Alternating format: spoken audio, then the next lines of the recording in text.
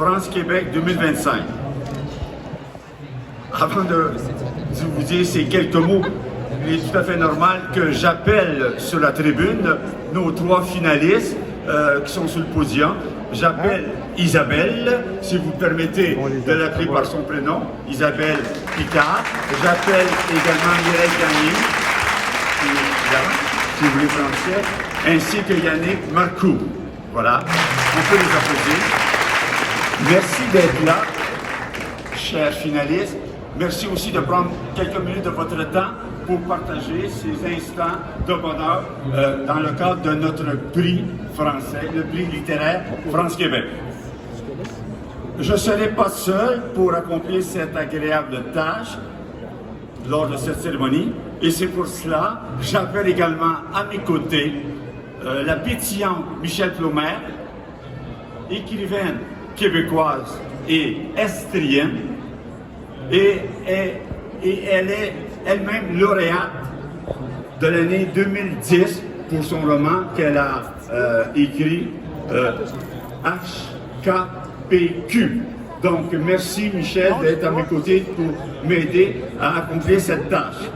Permettez-moi de dire quelques mots de notre prix littéraire France-Québec. J'ai peut-être un accent qui ressemble au vôtre. C'est pas parce que je l'ai pratiqué, mais c'est parce que je suis un petit gars, comme on dit, de Saint-Jean-sur-le-Chaussée. Et maintenant, j'habite là-bas, à Bordeaux, une ville qui a commencé à faire du vin il y a quelques siècles à peu près. Voilà. Donc, créée en 1998 à l'initiative de la Fédération France-Québec Francophonie, la spécificité de ce prix est d'être un prix de lecteurs et non pas un prix attribué par un jury professionnel, adhérent de notre fédération, qui vote chaque année pour élire le lauréat de ce prix. En fonction de leur sensibilité littéraire et de leurs critères propres pour apprécier, pour aimer, pour rejeter un roman, ils réussissent ainsi à établir un classement ou un ordre de préférence parmi les 3 romans finalistes. En tant que président national de cette belle fédération qui regroupe plus de 1800 adhérents, je voudrais remercier chaleureusement le ministère des Relations internationales et de la francophonie, ainsi que le ministère de la Culture et des Communications pour leur apport financier important à la constitution de la bourse qui sera remise aux vainqueurs, à savoir 5 000 €. Ou, si vous le souhaitez, on pourra vous remettre 5 000 $, mais comme vous le voulez. Donc 5 000 € représentent environ 7 700 $. Et merci également au soutien inconditionnel de la délégation générale de Québec à Paris et de son délégué général, M. Henri-Paul Rousseau. On y arrive là, pour connaître le nom du vainqueur, mais j'aimerais quand même poser, si elle le souhaite bien ou si elle le veut bien, quelques questions à Michel. Michel, si tu veux venir près de moi. Michel, tu as été lauréate en 2010. Est-ce que tu peux nous dire si ce prix t'a apporté quelque chose dans la poursuite de ta carrière littéraire? Merci Michel, bonsoir tout le monde, puis bonsoir aux 3 finalistes derrière moi. Je me tourne des 2 côtés pour vous voir.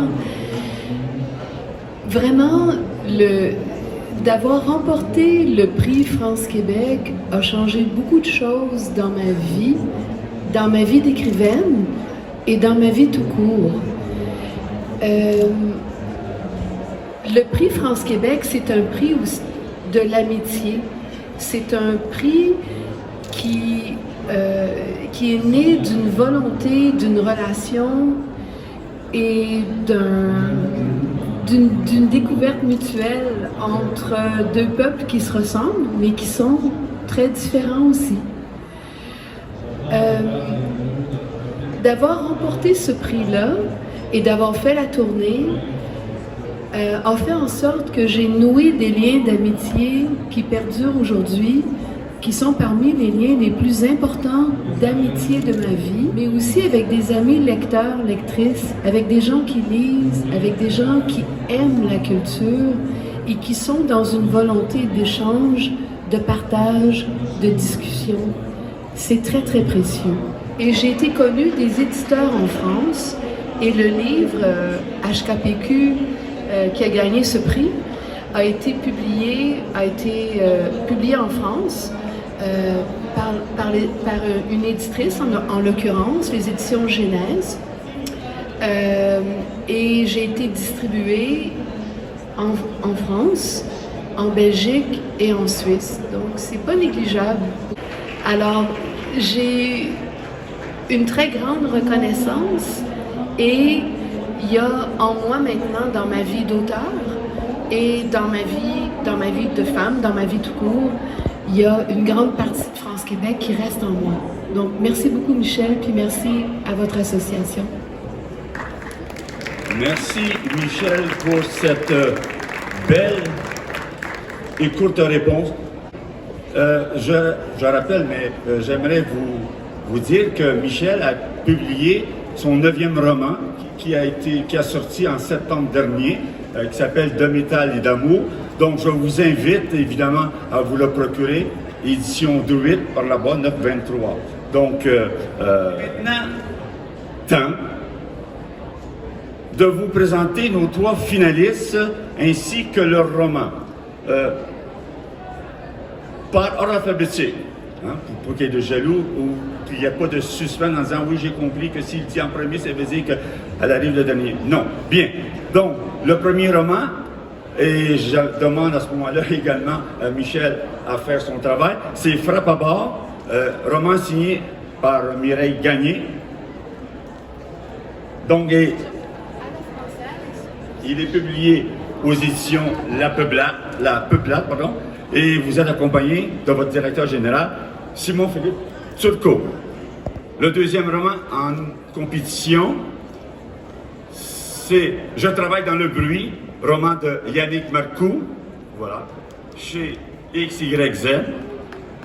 À votre côté, mais un peu éloigné, vous avez votre éditrice qui est directeur de l'édition, Gabriel Tremblay. Et enfin, le troisième roman en compétition, Des glaçons comme du verre, d'Isabelle Picard, publié chez Flammarion Québec. Votre éditeur est notamment Erwan Le Seul et Ingrid. Je devrais dire, le double objectif de ce prix sont les suivants.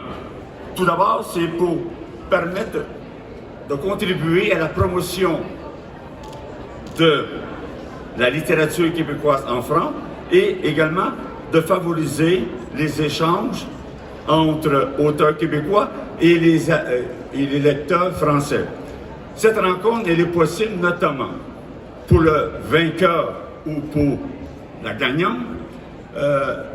Cette rencontre ou ces rencontres pourront se faire au mois d'avril 2026 lorsque le vainqueur viendra récupérer, chercher, parce que je pense qu'il va le faire, son prix lors du Festival du Livre à Paris. Nous sommes prêts maintenant à vous dévoiler le nom du lauréat ou de la lauréate 2025 du prix littéraire France-Québec. Pour cela, je demande encore la collaboration de Michel qui va sortir de cette enveloppe une enveloppe et je te laisse le soin de nous le dire. Alors avant d'ouvrir la carte, je voudrais dire à quel point les 3 romans finalistes sont des romans pertinents, des romans que j'ai trouvés très rythmés dans l'écriture, des romans intéressants et des romans que j'ai senti qui étaient bien dirigés aussi. Donc, félicitations aux 3 finalistes. Non, Mireille, Yannick et un mot. Isabelle? Ben oui, on commence par moi. Des glaçons comme du verre, en fait, c'est l'histoire de ma famille. Donc, c'est vraiment une histoire qui prend racine dans ma communauté à Wendake, entre 1956 et 2024. Donc, on parle des effets de la colonisation, en particulier de la rafle des années 60, sur 75 ans, donc sur 3 générations. Et c'est un livre que j'ai beaucoup aimé écrire, que je pense qu'il était nécessaire. Alors voilà, merci. Alors, c'est un roman qui se divise en 3 temps. Donc, un des narrateurs est une mouche, donc un thon piqueur qui parle au nom de la nature, et c'est basé sur un fait historique qui s'est passé à la Grosse-Île pendant la Deuxième Guerre mondiale. Il y a eu un laboratoire de guerre pour créer des armes bactériologiques. Donc, c'est vraiment un livre qui va relier différents destins pour culminer à la fin avec quelque chose que je ne vous dis pas, mais voilà, qui raconte la colère peut-être de la nature pour qu'on change un peu notre comportement par rapport à sa protection. Merci Mireille. Maintenant, Yannick pour son roman « Je travaille dans le bruit ».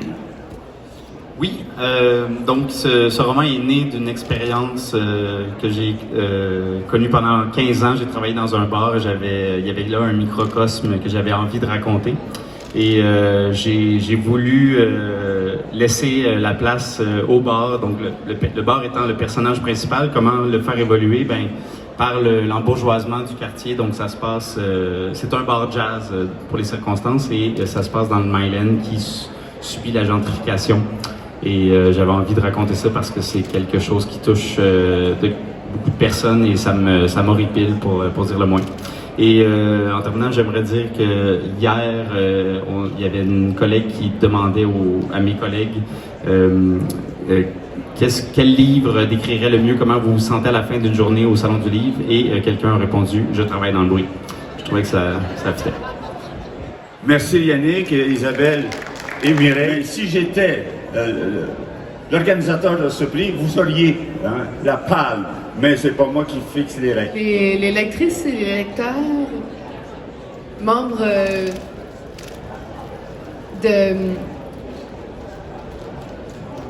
de cette belle famille France-Québec, ont choisi Des glaçons comme du verre d'Isabelle Picard.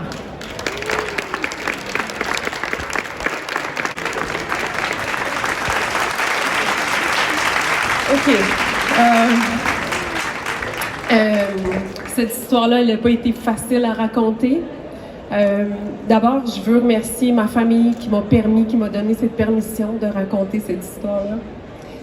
Ma tante Charlotte, qui s'appelle Liliane dans le livre en particulier, mon père aussi, qui m'a ouvert les portes de son enfance, pas facile, mais qui aussi m'ont amené vers la lumière, vers la résilience, vers la force, vers le courage. Donc, c'est à eux que mes premières pensées vont. Ensuite, merci, félicitations, vraiment, Yannick, Mireille, vraiment. Merci à toute l'équipe du prix France-Québec, l'organisation. Et évidemment, je ne peux pas passer par-dessus Flammarion Québec qui m'a accueilli avec cette histoire, Erwan Le Seul, Ingrid, Rabéa, toute l'équipe, vraiment, qui m'ont reçu avec une grande ouverture, beaucoup de bienveillance. J'ai trouvé une maison d'édition vraiment formidable. J'espère pas oublier personne, puis c'est toujours le cas. On part à la maison après, puis on dit « Ah, j'ai oublié ». Mais vraiment, c'est tout un honneur. Je suis vraiment, vraiment contente. Vous ne pouvez pas savoir. Merci.